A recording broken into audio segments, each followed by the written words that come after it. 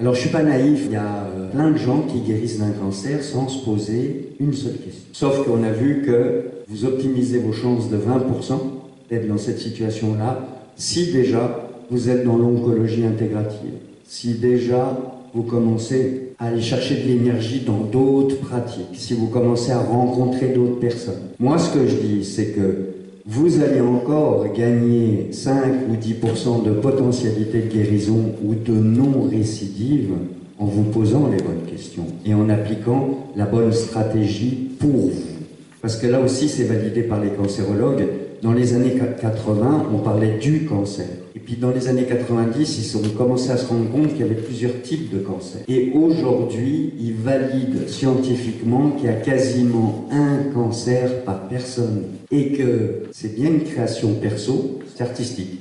On a chacun un petit coup de pinceau différent, qui fait qu'on a une cellule cancéreuse différente, ce qui veut dire que quasiment il faudrait un protocole de soins individualisé, ce qui veut bien dire que chacun a une partie de la clé de la sortie de cette pathologie. Ce qui est très tendre, c'est important. Des fois ça suffit.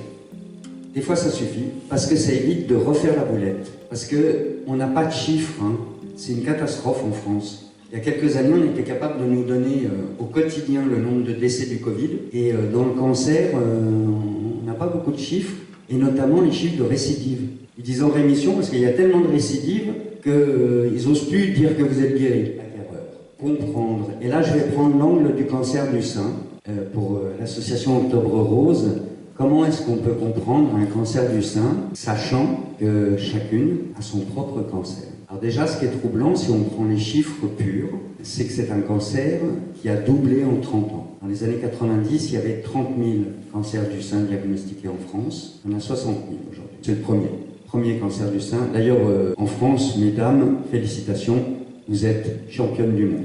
Meilleur ratio du monde entre la population et le nombre de cancers diagnostiqués du sein. Alors, la bonne nouvelle, si c'en est une, c'est que dans les années 90, pour 30 000 diagnostiqués, il y avait 12 000 décès, c'est-à-dire un jeu de 40%. Aujourd'hui, pour le double de diagnostiqués, il y a 12 000 décès. Mais ça reste quand même 12 000 sur 60, ça fait quand même 20% qui s'en sortent pas. Et ce qui est dramatique, c'est qu'il y a tellement de récidives, et ils ont tellement peur de la récidive, ou je ne sais pas qu'est-ce qui les anime d'autres, c'est que vous avez des femmes qui sont en traitement au long cours, à vie. On leur dit, votre cancer, il ne peut pas se guérir. On ne peut pas dire ça aux gens. Et donc, on a des femmes qui, à vie, ont un traitement de chimio, à vie ont un traitement d'hormonothérapie, d'immunothérapie, de thérapie ciblée, de tout ce que vous voulez, mais à vie, c'est-à-dire qu'à vie, elles sont malades. Mais moi, j'appelle pas ça vie. Il faut se la manger, la chimio. Enfin, est-ce qu'il y en a qui ont déjà vécu parmi nous chimio à vie? Donc en fait, vous n'êtes pas bien à vie. Donc en fait, vous n'êtes pas vivant à vie.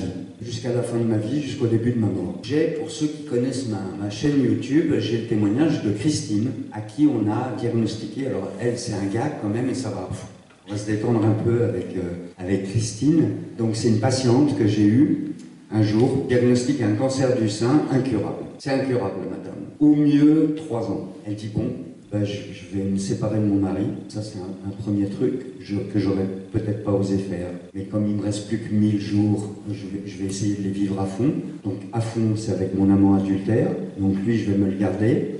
Lui, je le vire. Mon boulot, il me rend pas heureux. Je vire mon boulon. Et l'histoire, elle a 19 ans. Et Christine, je l'ai toujours c'est devenu une copine.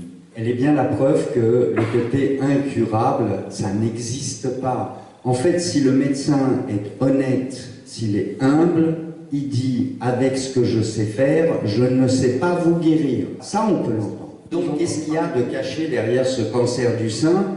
Et qu'est-ce qui fait que depuis 30 ans, il double? Alors que toutes les causes officielles tombent les unes après les autres. C'est que c'est le cancer de l'identité féminine. Tout comme le cancer de la prostate et le cancer de la problématique identitaire, voire de la puissance, voire de l'impuissance masculine. Et comme par hasard, ce sont les deux cancers les plus développés et qui se développent le plus vite. Et comme par hasard, il y en a autant à gauche qu'à droite. Cancer de la prostate, 60 000 par an. Cancer du sein, 60 000 par an. cancer de la prostate, c'est x3 depuis 30 ans, alors que le cancer du sein, c'est x2.